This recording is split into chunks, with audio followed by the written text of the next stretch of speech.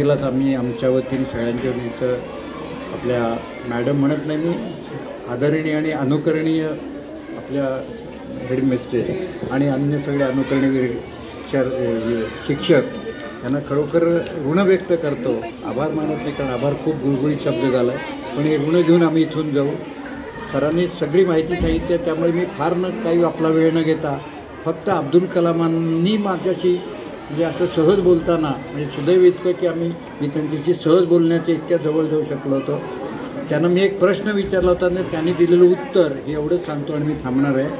मी त्यांना एक प्रश्न विचारला, खरं म्हणजे ते फार मोठं धाडस होतं की माझ्यासारख्या एका छोट्या विज्ञानाच्या एका विद्यार्थ्यांनी सर्वासर्वे असलेल्या अब्दुल कलामना प्रश्न विचारणं, पण मी ते धाडस केलं. त्यावेळेला ते नुकतेच राष्ट्रपतीपद घेतलं होतं त्यांनी आणि एकदा आमच्या पुन्हा आरंडीत भेटीला आले होते. मी त्यांचा निजी सहाय्यक किंवा ऑफिसर त्यांना जो म्हणतात सहाय्यक करणारा ते होतं.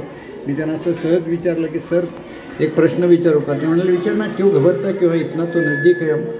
मग त्यांना मग विचारलं, सर तुम्ही राष्ट्रपती झालात त्यावेळेला तुम्ही त्या शपथविधी घेऊन त्या खुर्चीवर बसणार होतात त्यावेळेला तुमच्या भावना काय होत्या आणि तुम्हाला पहिल्यांदा कोणाची आठवण झाली?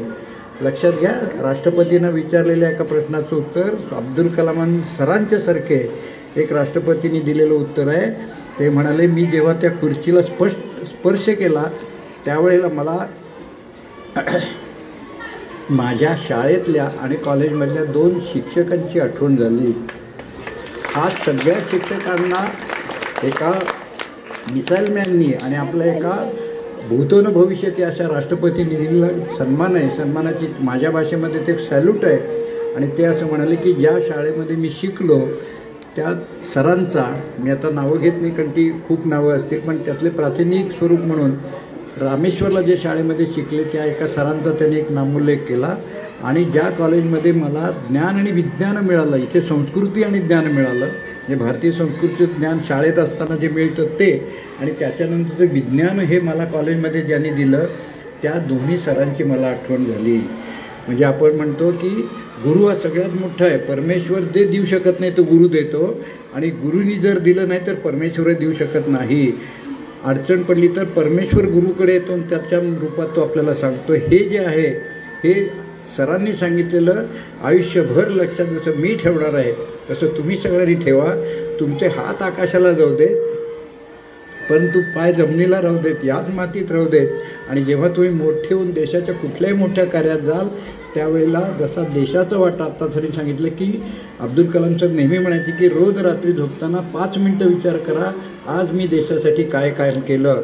आणि तसं करत असताना मी देशाचं देणं देतो आहे. तसंच ज्या मातीमध्ये तुम्ही सगळे शिकणार आहात, जिथून मोठे होणार आहात, जिथून तुम्ही गरुड भरारी घेणार आहात त्या शाळेला विसरू नका. आणि जसं नेहमी येत जा पुढे मोठे झाल्यावर तसं तर त्याचं आर्थिक योगदान माझा हा वाटा मी देणं आहे. आणि हे देणं न फिटणारं जे शाळेचं ऋण आहे ते आर्थिकदृष्ट्या ही शाळा मोठी करण्यासाठी जेव्हा तुम्ही मोठे व्हाल आणि 5 वर्षांनी 10 वर्षांनी तेव्हा दरवर्षी एक छोटासा वाटा, मग तो किती रक्कम आहे त्याच्यापेक्षा तो निधी आहे लक्षात ठेवून तो गुरुदक्षिणा म्हणून या शाळेला द्या. एवढीच माझी विनंती आहे. धन्यवाद.